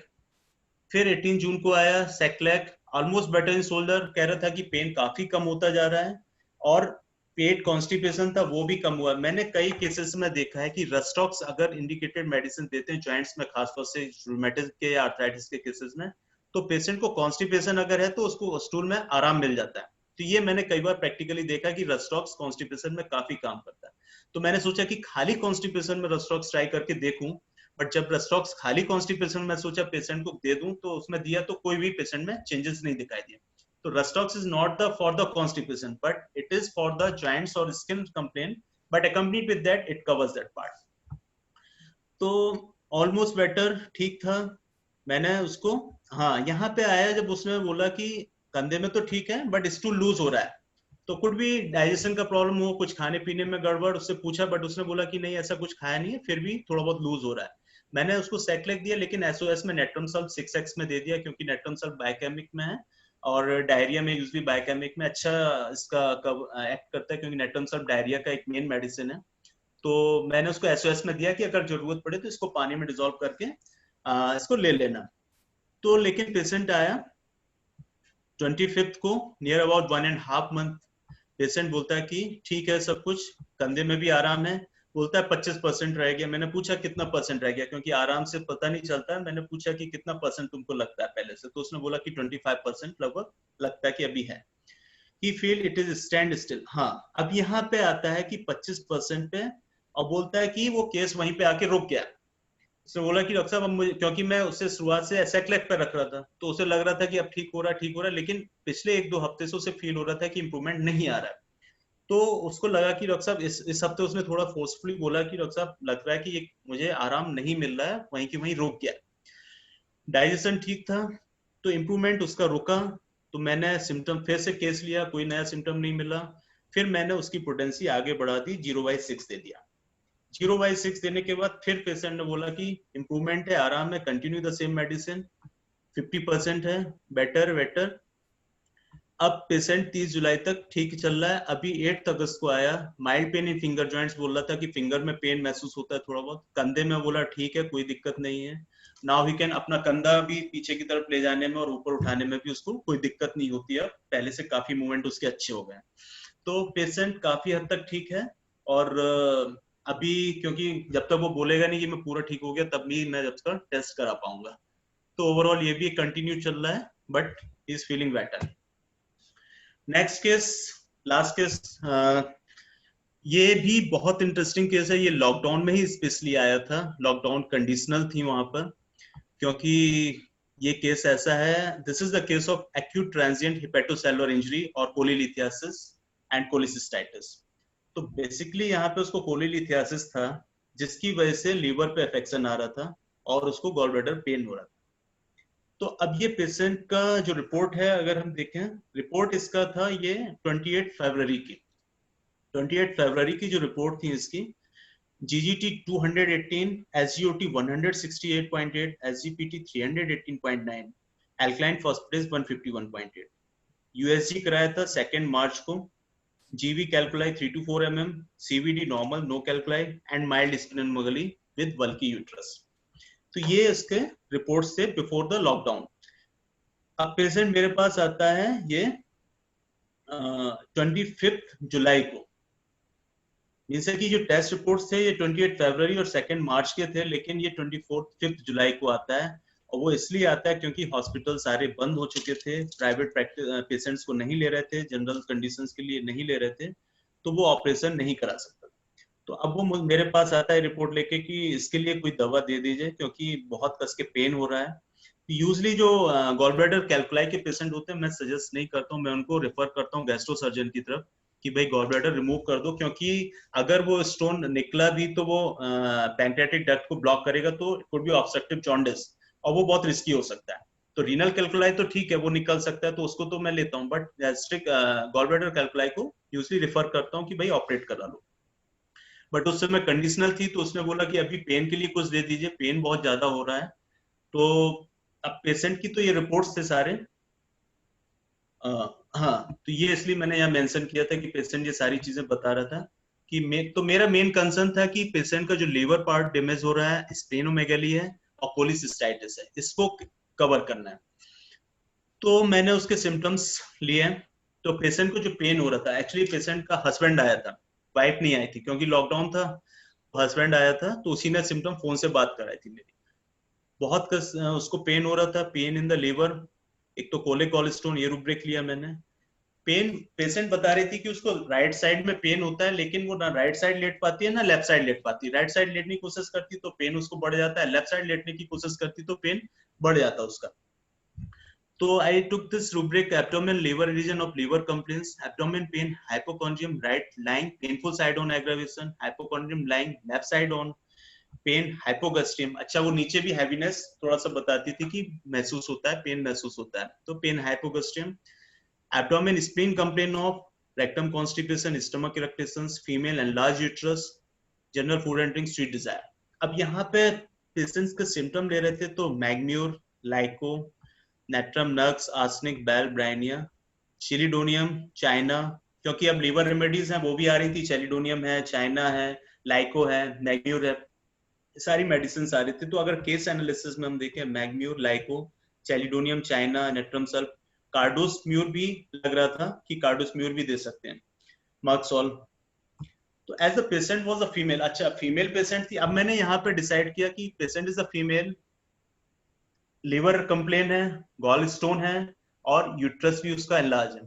तो फीमेल कंप्लेन है विद द लिवर और द गॉल स्टोन, और पेशेंट की जो मेन मॉडलिटी थी कि ना तो राइट साइड लेट पा रहा है ना लेफ्ट साइड। तो मैग्म्यूर में मेन मॉडलिटी ये होता है कि उसको किसी भी पोजीशन में आराम नहीं मिलता। मर्क्सोल में तो क्या है, लेफ्ट साइड लेटने से आराम मिल जाएगा। नेट्रम सल्ब में भी उसको राइट साइड लेटने से आराम मिलेगा, और उसके क्या होते हैं यूजली कि लूज मोशन डायरिया ज्यादा होता है। तो यहाँ पर मैं उसको डिसाइड किया कि I should go with the mag mur. तो मैग्म्यूर दिया उसको, मैग्म्यूर 1 में दिए 4 डोजेज, और मैंने बोला कि 1-1 घंटे पे लेने हैं। और फिर सेक्लेक दिया। एसओएस में मैंने लाइको दे दिया, क्योंकि लाइको भी थोड़ा बहुत मुझे लग रहा था कि यहाँ पे लाइको भी हो सकता है, क्योंकि लीवर रेमेडी है। तो मैंने सोचा कि लाइको दे देता हूँ या कार्डोस्म्यूर, ये दोनों दे दिया, क्योंकि लॉकडाउन का पीरियड चल रहा था। तो मैंने उसको एसओएस में दे दिया कि पेशेंट परेशान नहीं हो, उस समय पे फोन करके बात कर सकते हैं। तो कार्डोस और लाइको मैंने एसओएस में दिया। फिर 25 जुलाई के बाद अच्छा, she came after 15 days, no need of SOS. तो एसओएस की जरूरत नहीं पड़ी, मींस मैग्म्यूर से उसको आराम मिल गया। उसने बोला कि लाइको और कार्डो जो दिया गया था उसकी जरूरत नहीं पड़ी। Pen reduce from last medicine. अब प्रेजेंटिंग कंप्लेन उसने क्या बताई? हैवीनेस इन एब्डोमेन, स्पेशली राइट साइडेड में उसको भारीपन महसूस होता है, डिस्टेंशन ऑफ एब्डोमेन, पेन, पेट फूला फूला लगता है विद कॉन्स्टिपेशन। टेकिंग चूरन, चूरन खाती है कॉन्स्टिपेशन के लिए, उसको चूरन खाना पड़ता है। Stool was hard due to which complain haemorrhoids, तो उसको लगता है कि पाइल्स का भी प्रॉब्लम लग रहा है।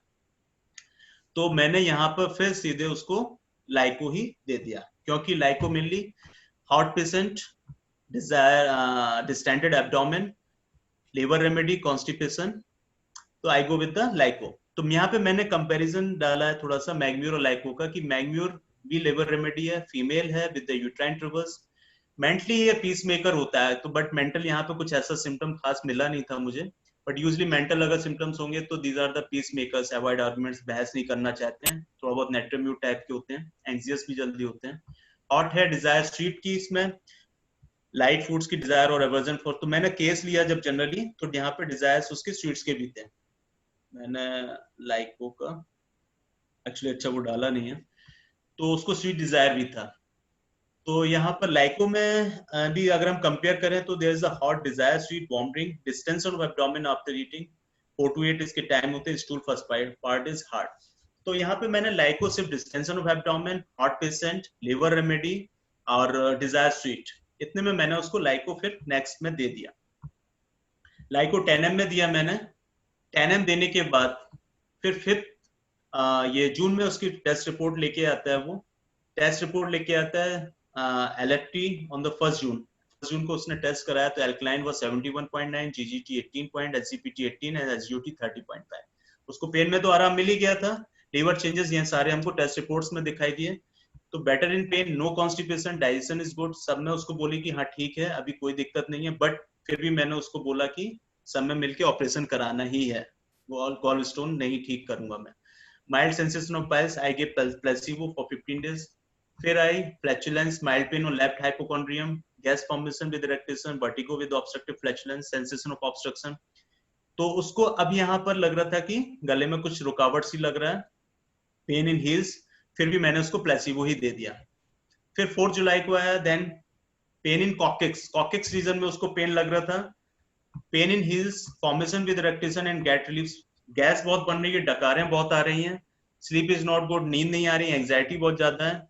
तो अब यहाँ पर अगर हम इस केस को ही देखें कि पेशेंट इज एंग्जियस, नींद नहीं आ रही है, लाउड इरेक्टेशंस, तो अब मैंने जब रिपर्टराइज कर रहा था case, sweet desire, abdominal flatulence, back pain, coccyx pain ज्यादा था उसको, कॉकेक्स रीजन में सिटिंग में pain, pain in heels, eructation type of loud eructation, डकारें बहुत थे, सपने मैंने पूछे तो there was a dream of snakes, anxiety. फिर मैंने अब जब इतना करने के बाद मुझे अर्जेंटम नाइट्रिकम दिखाई देने लगा, अर्जेंटम नाइट्रिकम दिखाई दिया, तो then I confirm about the anxiety in the crowd. मैंने उससे पूछा कि भीड़ भाड़ जाने में आपको घबराहट तो नहीं महसूस होती? तो उसने बोला कि नहीं, मुझे भीड़ में अच्छा नहीं लगता है, मुझे घबराहट महसूस होती है, मुझे उलझन होने लगती है।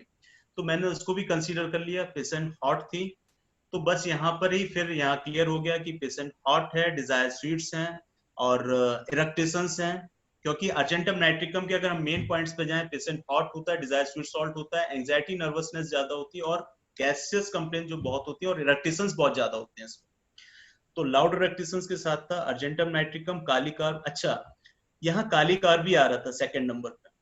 काली कार भी इसका एक मेडिसिन हो सकता है, क्योंकि डिजायर स्वीट्स थी, फ्लैचुलेंस फॉर्मेशन काफी ज्यादा था, लेकिन पेशेंट क्या था, हॉट था, क्योंकि काली कार में भी एंग्जाइटी होती है, लेकिन पेशेंट हॉट थी। अगर चिली होता तो काली कार भी मैं दे सकता था फिर उसको। तो पेशेंट हॉट थी इसलिए मैंने उसको अर्जेंटम नाइट्रिकम दिया। She came with relief in gas and pain coccyx, pain वाला आराम मिल गया, कॉकिक्स का नींद भी ठीक थी, बट हील में बता रही थी कि अभी दर्द रहता है।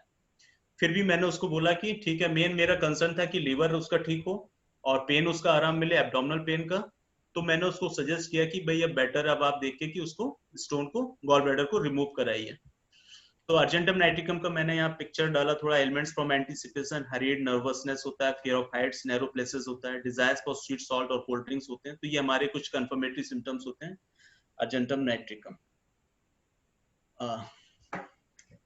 तो फिलहाल ये सारे केसेस थे। तो बेसिकली इसमें जो मेडिसिन जो हमने डिस्कस किए, मेडो, अर्जेंटम नाइट्रिकम, कैलकेरिया सल्फ और लाइकोपोडियम, अगर हम इसमें एक कॉमन सिम्टम देखें कि एंटीसिपेशन एलिमेंट्स सब में है, लेकिन मेडो का पिक्चर है lying on abdomen, desire ice creams, और कंफर्मेटरी है डिजायर फॉर बनाना और ऑरेंज।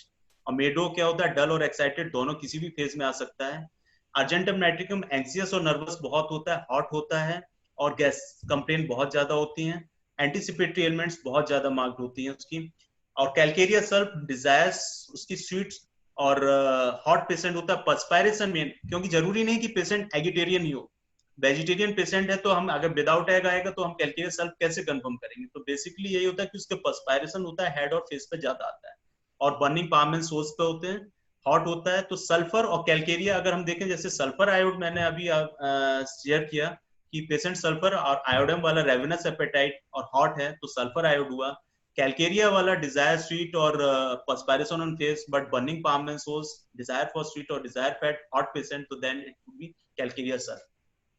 तो ये हमारे थोड़े कंपैरेटिवली स्टडी होता है। तो आफ्टर ऑल रिपर्टराइजेशन हमको ही सेल्फ डिसीजन लेने होते हैं कि अब मोस्ट नियरर मेडिसिन कौन है, क्योंकि पेशेंट्स को हम देख रहे हैं, हम ऑब्जर्व कर रहे हैं कि उसमें क्या मेनली जा सकता है। तो इस तरीके से पेशेंट्स में मेडिसिनल चेंजेस होते हैं, आगे हम लोग फॉलोअप में कंटिन्यू करते हैं। तो यही सब था जो मैंने आप लोगों के साथ शेयर किया और जो पेशेंट्स देखता हूँ इस तरीके से। Thank you. बहुत अच्छे डॉक्टर आशीष, हमेशा की तरह आज भी आपने बहुत अच्छे से केसेस को बताया। एक जो सबसे अच्छी बात है कि जब हम लोग बाकी वेबिनार्स या बाकी सेमिनार्स में जो स्पीकर्स को सुनते हैं, वो क्या करते हैं कि डायरेक्ट केस का वो पार्ट बताते हैं जो सिर्फ उन्होंने क्योर किया या उन्होंने ठीक किया। मैं ये नहीं कहता कि वो शायद गलत हो, लेकिन जो आपने हिस्ट्री बताई कि जहाँ भी आपको लगा कि मेडिसिन आपको चेंज करने की जरूरत लगी, आपने वो भी बताया।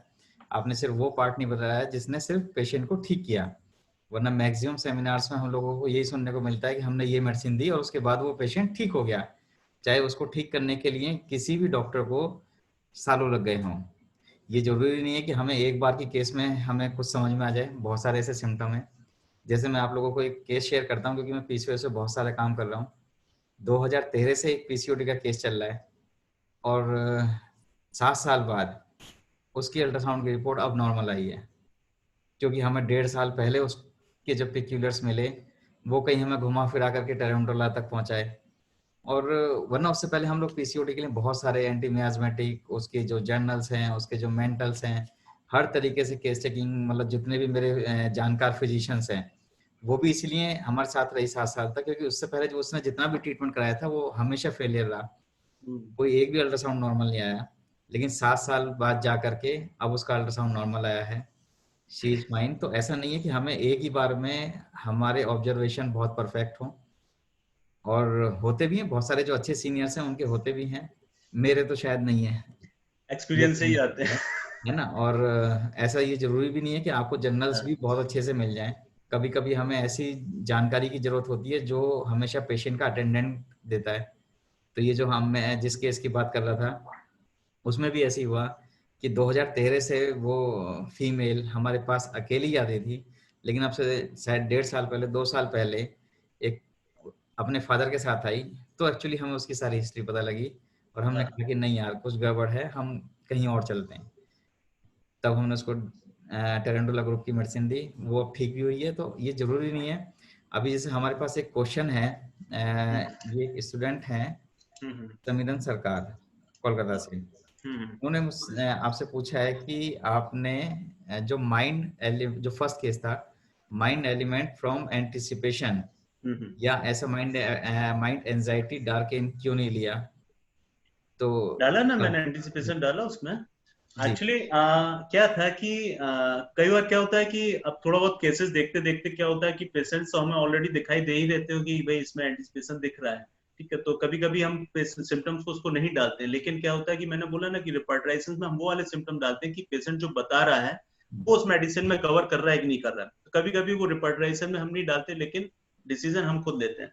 तो एंटीसिपेशन तो एलिमेंट था ही। मैंने आपको बताया कि अर्जेंटम नाइट्रिकम तो वो स्टार्टिंग से दिख ही रहा था मुझे, लेकिन फिर भी मैं अर्जेंटम नाइट्रिकम पर नहीं गया, क्योंकि उसका फेज क्या था कि वो उस फेज में आया था कि अभी उसे इमीडिएटली रिलीफ चाहिए। तो इसलिए मैंने क्लेमेटिस से स्टार्ट किया। फिर केस में सिम्टम्स, ग्रुप ऑफ सिम्टम्स और दूसरे मेडिसिन मेडो की तरफ दिख रहा था, तो मैंने, और एंटीसिपेशन एलिमेंट्स सब में, अर्जेंटम में भी है, मेडो में भी है, लाइको में भी, कैलकेरियस। तो बाकी जो पिक्चर था वो मेडो का। तो इसलिए कभी कभी क्या होता है कि हमें पता होता है कि हाँ इस मेडिसिन का मेन सिम्टम है, तो हम उसको नहीं डालते हैं, और पेशेंट जब सामने सामने जो सिम्टम बता रहा है उसको डाल के देखने की कोशिश करते हैं कि उस मेडिसिन में ये सिम्टम कवर कर रहे हैं कि नहीं कर रहे हैं। तो इसलिए शायद नहीं डाला। इसलिए मैं भी एक इनपुट दे देता हूँ। आपने हाँ भी यही बोला कि जो कंप्यूटर है वो मास्टर हो सकता है, लेकिन सुपर मास्टर तो हमारा ही ब्रेन है, हाँ। क्योंकि जो ऑब्जर्वेशन है वो कंप्यूटर नहीं कर पाता, ऑब्जर्वेशन हम ही करते हैं। ऐसा बहुत बार होता है कि जो हमारे कंप्यूटर की रेमेडीज हैं हम उन पे काम नहीं करते। कभी कभी तो मैं शायद जो 21वीं 22वीं या 25वीं मेडिसिन होती है हाँ उस पे जाना पड़ता है। ऑब्वियसली। तो ये जरूरी नहीं है कि जो हम कंप्यूटर में सब नोट करेंगे और कंप्यूटर हमें उसकी एनालिसिस दे सकता है, लेकिन बस। ऑब्जर्वेशन हमें ही करने हैं। और ऐसा भी जरूरी नहीं है कि हमारे ऑब्जर्वेशन के बाद भी हम उसी मेडिसिन को सेलेक्ट करें जो अभी भी आ रही है। फिर भी हाँ हमें डिसाइड करना होता है कि अभी जो पेशेंट एक्यूट फेज में आया है उसका जो सबसे प्रोमिनेंट सिम्टम है वो ठीक होना चाहिए।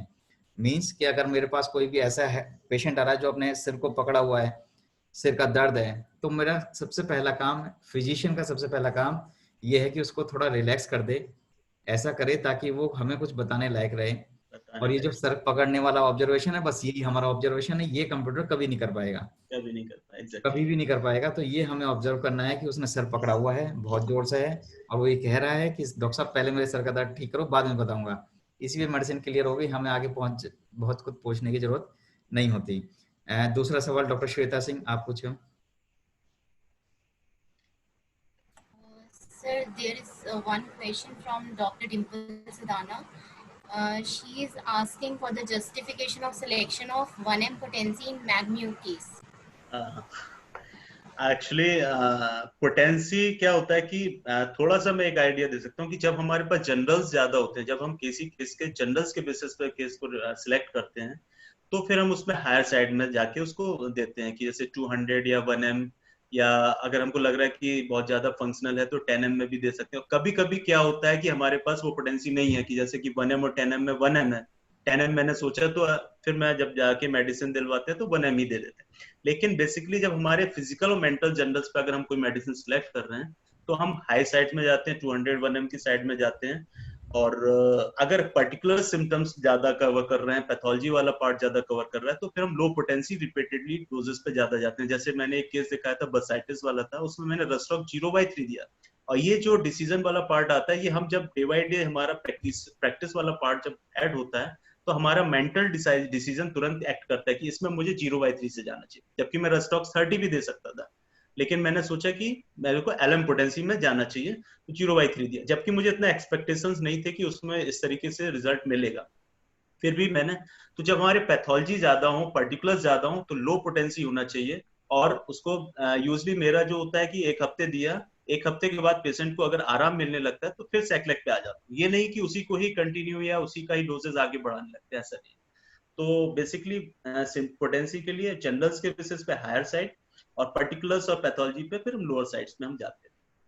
तो इसलिए उसमें जी हाई पोटेंसी था। Thank you. Doctor VP Singh sir का एक सवाल है सर कि left sided shoulder bursitis with diabetes mellitus, इसकी मेडिसिन के बारे में, क्योंकि हमने अभी राइट साइड की तो आपसे सुन ली, लेकिन ऐसी कुछ मेडिसिन का सेट लेफ्ट साइडेड के लिए हो तो। लेफ्ट साइडेड में यूजली ये जैसे कि जस्ट लाइक है कि लेडम एक मेन मेडिसिन है इसमें। ये मेडिसिन ये भी इसमें मैंने बैम्बूसा भी मेंशन किया था। बैम्बूसा भी एक और लेफ्ट साइडेड में सल्फर भी है। सल्फर जैसे diabetes with left sided bursitis की अगर बात की, क्योंकि सल्फर एक ऐसा मेडिसिन है जो डायबिटीज वाला पार्ट तो कवर करता ही है, लेकिन उसका जो लेफ्ट साइडेड शोल्डर है वो उसका सल्फर का मेन लोकेशन है। तो आप सल्फर भी यहाँ पे सोच सकते हैं एक बार को इस कॉम्बिनेशन में। बाकी का लेडम भी एक स्पेसिफिक है फॉर द लेफ्ट साइडेड, और ये ग्वाइकम है लेफ्ट साइडेड शोल्डर का। और दूसरी चीज है कि इसमें मैं बैम्बूजा भी बता रहा था कि बैम्बूजा भी मैंने एक सेकंड ऑप्शन में रखा था कि अगर बैम्बूजा होगा तो शायद बैम्बूजा जाना पड़ेगा, लेकिन बैम्बूजा की जरूरत नहीं पड़ी, क्योंकि बैम्बूजा भी एक हमारा एक मेन मेडिसिन है कि सर्वाइकल स्पॉन्डिलाइटिस और पेन इन शोल्डर्स और खासतौर से स्पाइन्स के लिए, स्पाइनल पेन के लिए और स्टिफनेस के लिए बैम्बूजा भी एक मेन रेमेडी आती है। तो अगर इसके लिए अगर पूछे तो सल्फर ज्यादा बेस्ट ऑप्शन होगा कि diabetes with the left sided shoulder के साथ में अगर जाए। ठीक है, कोई और question doctor Shweta? Sir, Dr. Avdesh wants to ask something. So, Dr. Avdesh, please unmute yourself.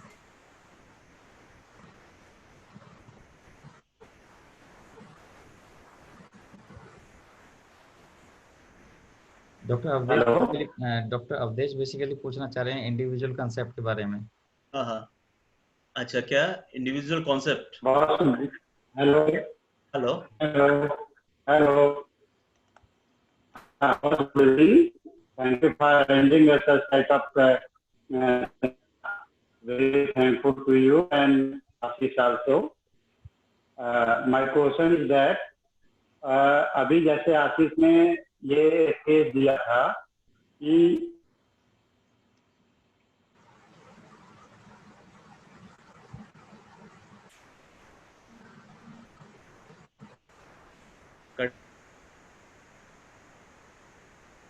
Doctor Ashish, doctor Awadhesh कुछ इंडिविजुअल कंसेप्ट के बारे में जानना चाह रहे हैं। उन्होंने चैट पे इंडिविजुअल कंसेप्ट, उसके बाद क्वेश्चन मार्क किया हुआ है।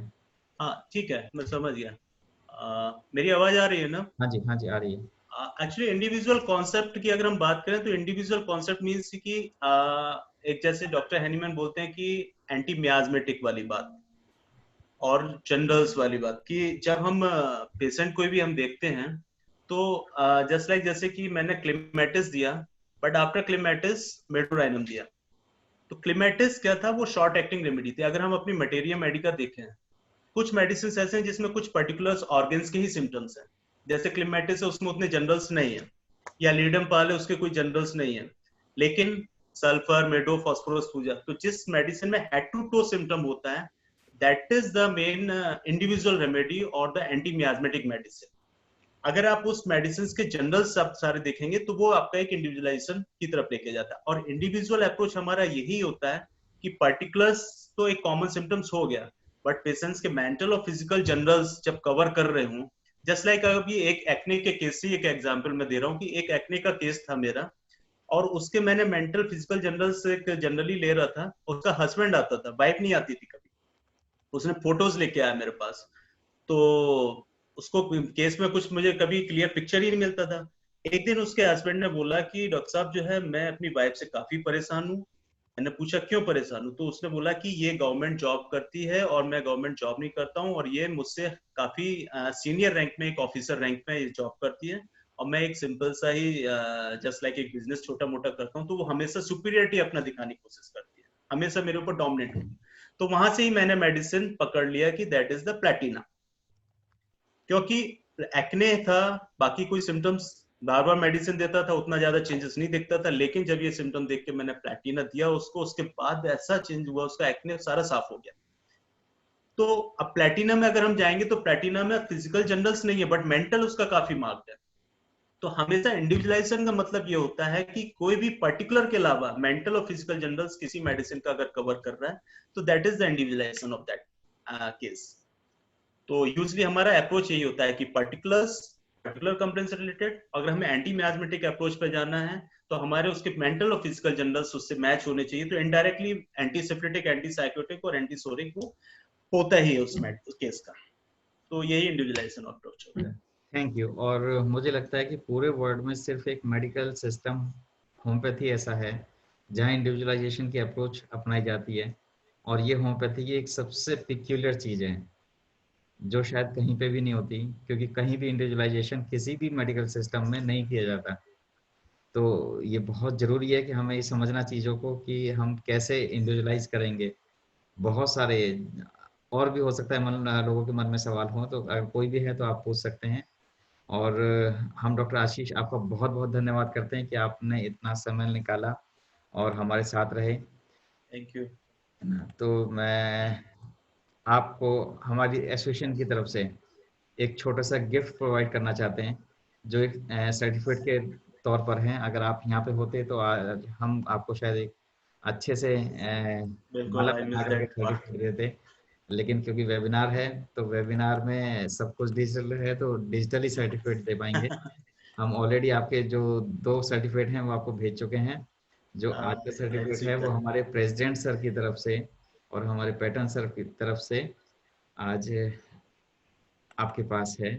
मैं अब इसको अपने प्रेसिडेंट सर की तरफ से देता हूँ आपको।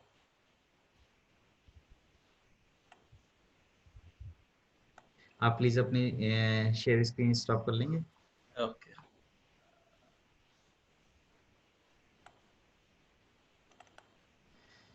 This is your certificate doctor Ashish, thank you so thank much you. हमारे साथ रहने का। मैं चाहता हूं कि हमारे प्रेसिडेंट और पैटर्न डॉक्टर युधिष्ठिर सिंह और डॉक्टर वीपी सिंह सर दोनों आपका धन्यवाद करें। हमारी पूरी दिल्ली होम्योपैथिक मेडिकल एसोसिएशन की जो टीम है, जिसमें doctor Shweta, doctor Garima, doctor Nupur, doctor साक्षी, जितने भी मेंबर्स हैं, सभी लोगों की तरफ से हमारा धन्यवाद। और जो बड़ा धन्यवाद है वो हमारे प्रेसिडेंट सर और डॉक्टर वीपी सिंह जो पैटर्न सर है वो करेंगे। Doctor Y Singh sir.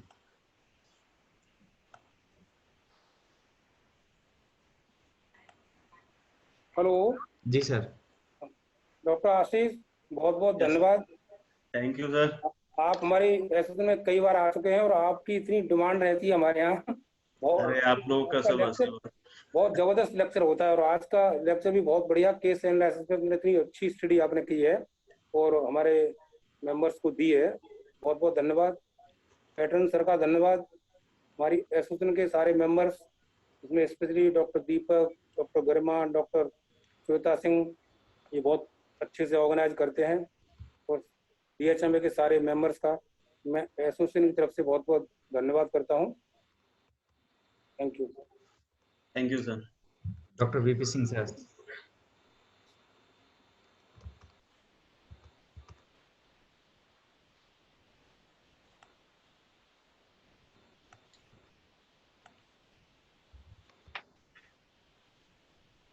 Doctor VP Singh sir please. Sir, जी हेलो। हाँ जी, हमें आ रही है आवाज आपकी सर। एक्चुअली धन्यवाद तो हमारे प्रेसिडेंट सर ने कर ही दिया है डॉक्टर आशीष का। एक्चुअली अकेले धन्यवाद से डॉक्टर आशीष के लिए काम नहीं चलता है। मैं तो ये कहूँगा कि ये हमारी यूपी गवर्नमेंट का दुर्भाग्य है कि ऐसे आदमी को एक छोटे से दायरे में रख दिया, मेडिकल ऑफिसर बना करके। इनको जो सीधे प्रोफेसर बनाना चाहिए था जी कॉलेज में, और तभी कुछ जनता को कुछ मिलता, कुछ गवर्नमेंट को कुछ मिलता। और मैं डॉक्टर आशीष से रिक्वेस्ट करूंगा कि फिलहाल थोड़ा सा एक बना करके, कहाँ पर आप पोस्टेड हैं तो मैं कोशिश करूंगा कि आप किसी कॉलेज में पढ़ाएं तो बहुत अच्छी बात है। नहीं नहीं, आपका बहुत बहुत धन्यवाद। मैं पढ़ाने का काम और वैसे भी मैं ढूंढता रहता हूँ कि कोई पढ़ाने वाला मिले नहीं तो नहीं नहीं, कोशिश कॉलेज करूंगा। में। और आप मुझे अपना ना फिलहाल का एक ये भिजवाइए, थोड़ा सा डॉक्टर दीपक को भिजवाइए अपने फिलहाल लोकेशन वगैरह। थोड़ा बिल्कुल सा बिल्कुल, कोशिश करते हैं कि कहीं ना कहीं किसी कॉलेज में आपकी जरूरत है, मेडिकल ऑफिसर में जरूरत बात की है। सही है। आप पता नहीं कितने मेडिकल ऑफिसर बनाएंगे आप, है ना? क्योंकि आप अकेले मेडिकल ऑफिसर से काम नहीं चलेगा। बेसिकली आई वांट और पब्लिक वांट के you should make the so many medical officers. Thank you sir, thank you. तो डॉक्टर दीपक को थोड़ा सा कोई अपना थोड़ा सा भिजवाइए, देखते हैं कुछ। बिल्कुल बिल्कुल, जरूर मैं भेजूंगा। ठीक है सर, ठीक है सर, सर, थैंक यू, बहुत बहुत थैंक यू धन्यवाद। सर। मुझे ऐसा लगता है कि अभी तो इसकी ये पहली सीढ़ी है और बीइंग ए मेडिकल ऑफिसर अभी तो इसे बहुत हाइट पे जाना है। हम ले हाँ, जाएंगे। बहुत हम लोगों के सबके ब्लेसिंग्स हैं डॉक्टर आशीष साहब के लिए। और मैं बिल्कुल, चाहता बस आप ही लोगों का ब्लेसिंग है जो अभी मैं थर्ड टाइम आप लोगों ने मुझे इनवाइट किया, और ये मेरे लिए बहुत बड़ी अपॉर्चुनिटी है कि आप लोगों का प्यार है कि एक्चुअली कि जो मुझे तो ऐसा लगता है कि अब सब मेरे फैमिली मेंबर्स हैं, कि जब भी मुझे लगता है कि जब वापस मिलता हूँ सबसे तो बहुत अच्छा फील होता है। दिल्ली तो ये सब भी एक मेरा नहीं, ये हमारा अधिकार है डॉक्टर आशीष, बिल्कुल ये हमारा अधिकार है आप पर, क्योंकि अधिकार इसलिए है क्योंकि आपको लोग चाहते हैं। क्योंकि पिछली बार डॉक्टर दीपक ने यही कहा था कि सबके चहेते डॉक्टर आशीष आ रहे हैं। थैंक यू डॉक्टर आशीष। आप सब लोगों को मेंबर्स को बता दूं कि जो लोग रजिस्ट्रेशन पे अपनी आईडी को कंप्लीट नहीं कर पाए हैं हमारी वेबसाइट पे, तो प्लीज़ अपनी आईडी क्रिएट कर लीजिएगा। और जो उस पे जो भी आर्टिकल या जो भी ब्लॉग्स या जो भी केसेस आप रजिस्ट्रेशन करना चाहते हैं प्लीज़ करिए। वेबसाइट पे कोई भी कमी या कोई भी दिक्कत आ रही हो तो हमें प्लीज़ बताइएगा। दूसरी बात ये कि हम लोग मेंबर्स को सर्टिफिकेट दे रहे हैं, जितने भी हमारे नए मेंबर्स जुड़े हैं। पहले हम लोग फिजिकली एक आईडी कार्ड देते थे, लेकिन अभी उसको एक डिजिटल सर्टिफिकेट के रूप में हमने देना शुरू किया है। और हमारा जो टारगेट है वो 25 अगस्त तक हम लोग सब लोगों को सर्टिफिकेट भेज देंगे।